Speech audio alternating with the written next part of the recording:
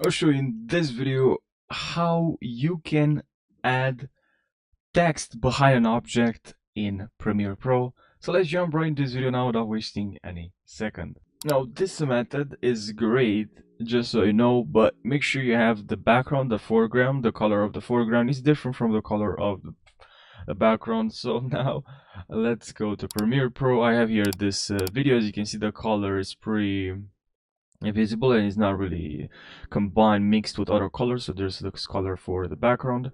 And now if I just need to drag this color, this effect that you can find here in effects, it's called color key. Drag and drop this onto your video, or just select the video and double click, and it will add the effect.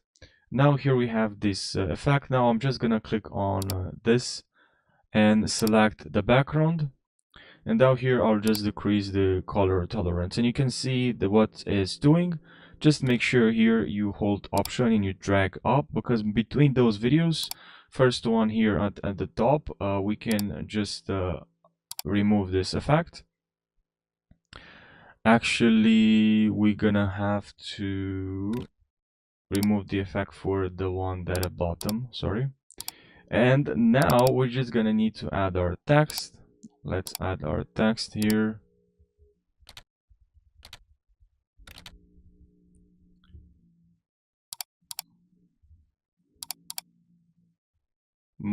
Place the text here.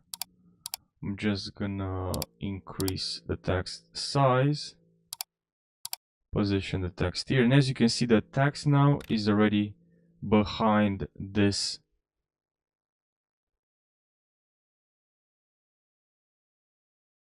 To remove the background, of a video, that is more complicated, because I remove here the background, and as you can see, here is more complicated. You're gonna have to remove this part, so I can add the text behind. So if you want to learn how to create this, you can watch this video.